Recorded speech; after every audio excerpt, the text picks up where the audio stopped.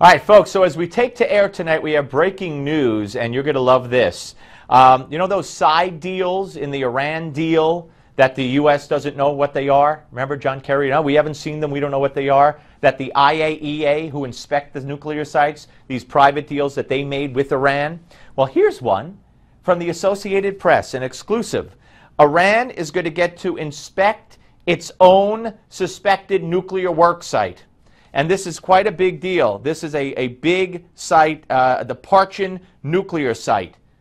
How do you like that? So the deal is that Iran gets to inspect their own site. You're making this up. This is from The Onion. No. I see AP exclusive. UN to let Iran inspect alleged nuclear work site. Good job, John. Good job, Mr. President. We have confidence in you. The panel's next, but first, watch Hillary. I can tell you is, in retrospect, if I'd used a government account and I had said, you know, let's release everything, let's let everybody in America see what I did for 4 years, we would have the same arguments. So that's all I could say. I'm not, you know, I have no idea. That's why we turned it over. You were in charge of it. You were the official in charge. Did you wipe the server? What, like with a cloth or something? I don't know. Well, you know how it works digitally. Did you try to wipe the whole server? I don't know how it works digitally at all. I do not have any. Just a poor widow woman, doesn't know how anything works at all. Isn't that a shame? Joining us on the Malzberg panel, Jane Velez-Mitchell, founder of JaneUnchained.com, author of the New York Times bestseller Exposed: The Secret Life of Jodi Arias. I think the next book is The Secret Email Life of Hillary Clinton. She'll be behind bars. You can interview her in prison. Jack Burkman, radio host, Behind the Curtain with Jack Burkman, and president of Burkman Associates. All right, to you first, Jane. The flippantness with which she's going about this. She made a joke about Snapchat or something. She has an account with them because everything disappears real quickly.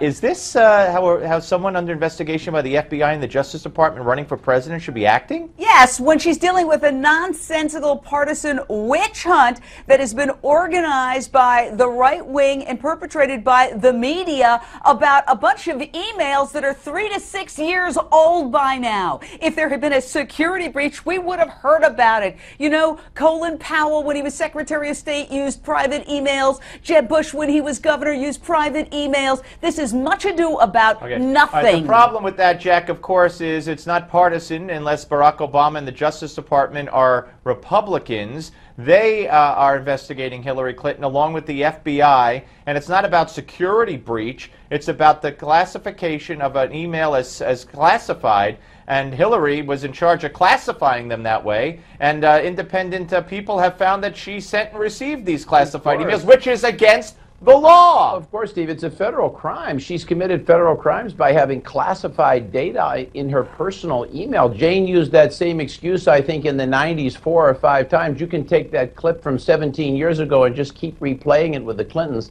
The problem here, Steve, we all know the problem. We got rid of the independent counsel. She can't be prosecuted. The Justice Department wouldn't look into it. All the U.S. attorneys, I'm sure, have been intimidated all over the country. The only shot we really have in this case is to find a district attorney that can find a state hook to charge her at the state level. Maybe somehow we can find it through New York. Maybe we can find it in Maryland. Maybe we can find it in Virginia. That's what we need to bring a criminal charge. This stinks to high heaven. This company, this Platte River, whatever it's called. I mean, that company's been sued a number of times for stealing phone lines. And by the way, the truth is she handed over 55,000 emails. Doesn't matter. None of that matters. None of that matters. Of course it matters. No, it doesn't. Of course it matters. That's what it's all about, emails. She said, you want to see them? Here they are. The rest, Jane? It's about the one she originally claimed, Jane, that she wiped the server clean. When she was asked yesterday, she's like, wiped? You mean with the rag? If this is the only scandal you got, you're in trouble. Listen, here's the deal. She was wearing orange. Keep all the orange jumpsuits you have. It'll get you acclimated to the color you'll be wearing when you're behind bars. Now, let's move to Trump. Jack, Donald Trump now in the latest CNN poll trails nationally Hillary Clinton by 6 points. A month ago, it was 16. So in the wake of the debate, and as the Clinton scandal deepens and she digs herself a deeper hole, these two things are meeting, and here we have the result. Well, the only bad news for Republicans is I don't think Hillary is going to end up being the nominee. I'll predict it's going to be Joe Biden. I wish we could run against Hillary. I don't think we'll get there. Trump is surging in every way he can surge. I mean, coming out of the debate, I think it's clear he's the only one who can lead. You're right. That's getting close. If I were Hillary Clinton, here's what the Democrats really, Steve, have to worry about. Trump is bringing back into play states that only 6 months ago were thought to be out of the contest for 2016. Yep. Iowa, New Hampshire, yep. Virginia. Trump is bringing them all back. I have to weigh in on this. Go ahead, Jane. Okay, first of all, Trump is very bad news for Republicans. He is alienating large swaths of the population every time he breathes. And he's only rising high in the polls because he's good for ratings. That's why the media constantly covers him. It's a self-fulfilling prophecy. Well, that could this go on guy is really scary to me. He calls a war hero like John McCain, just a guy who got captured. He accuses a woman who asked him a tough question of being on her period. He wants to deprive citizenship of people who are born in the United States based on who their parents are. Anchor babies don't belong here. He's verging on fascism, and let me tell you, you don't want this guy with his hand on the red button. All right, Good. All right, now we're coming back. Hillary, as Mike Huckabee said, might leave the nuclear codes in a Chipotle table somewhere. Anyway, we're coming back with more of the panel. But first, Donald Trump, we talk about him every moment. Could he win the nomination? What say you, as they say? Does he have your vote? Or if not him, who does? Please vote for your favorite candidate in the Newsmax poll. And to do that, all you got to do is go to newsmaxpolls.com. That's newsmaxpolls.com to cast your vote. When we come back, Planned Parenthood and some topics for the panel that I haven't told them about yet. Don't go away.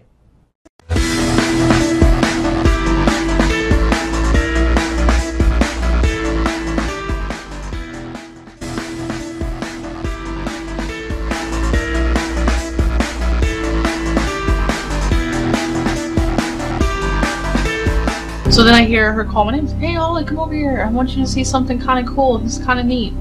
So I'm over here, and this is the moment I see it. I'm just flabbergasted.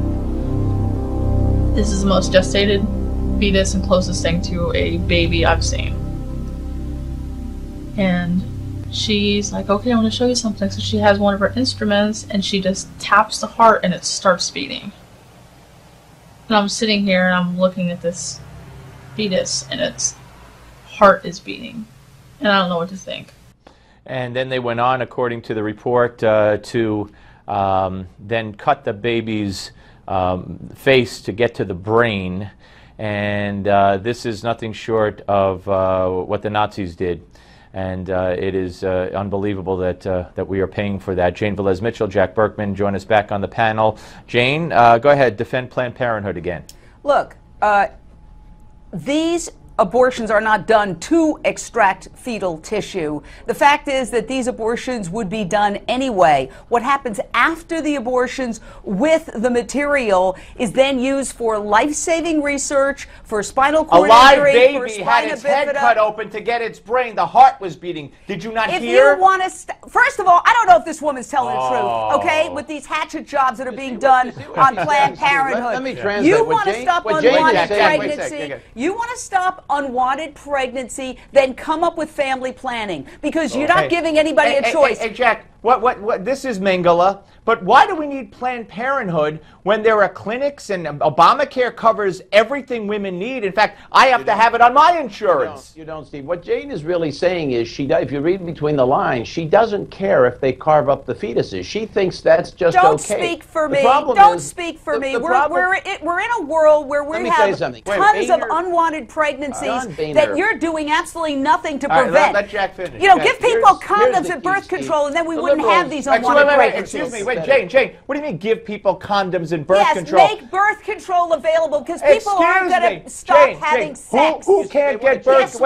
Jane, who can't get birth control? The people who are not using it, who end up getting unwanted pregnancies. So why can't they get it? And you guys are against giving people family planning. You want to cut funding for all of it. It's already under Obamacare. Why do we need Planned Parenthood for? Go ahead, Jack. What they want to do is change the subject. She wants to get away from the fact that federal crimes are being committed because they're carving up fetuses. These are crimes. Once again, there's nobody to do the prosecution. Is all of this Hitler-esque? Look, this isn't really even about the left. They're so pathetic.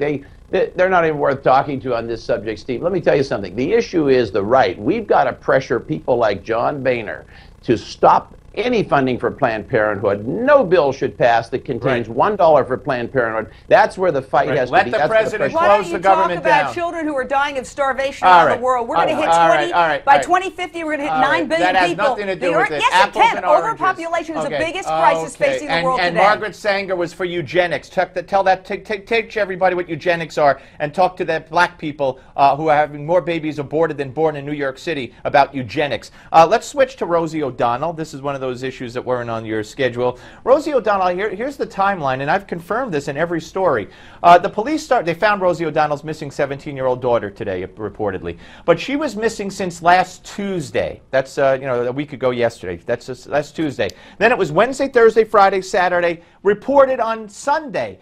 Rosie O'Donnell reported it to the police 5 days later when they finally started looking for her. 17 is a minor. What kind of parent is Rosie O'Donnell, Jane? Oh, my God. For you to attack Rosie O'Donnell at this time when she is so vulnerable, really, I have no words. This is a woman who was looking out for her daughter, didn't want to make her the subject Where of was she for 5 days? She was looking for her daughter. She was looking for her 17-year-old daughter. Jack, I have a 16-year-old, almost 16-year-old. If he was missing for 5 minutes, I might call the police. 5 days? If my dog Coco was missing for 5 minutes, I'd call the police, much less a child. Let me tell you something. I'd like to see a blood report. I wonder how many drugs and alcohol are involved in this. This is bad parenting. This girl has mental illness. It might be child abuse. All the more reason, Jay, all the more reason to call the police. Look, she was looking for her child in her own way, and when her options ran out, she called police, and the fact is, the proof's in the pudding. The child has been found, and she's back home. Let me tell you a little story about Rosie O'Donnell that I love to tell, and I used to play this in her own words. That video exists.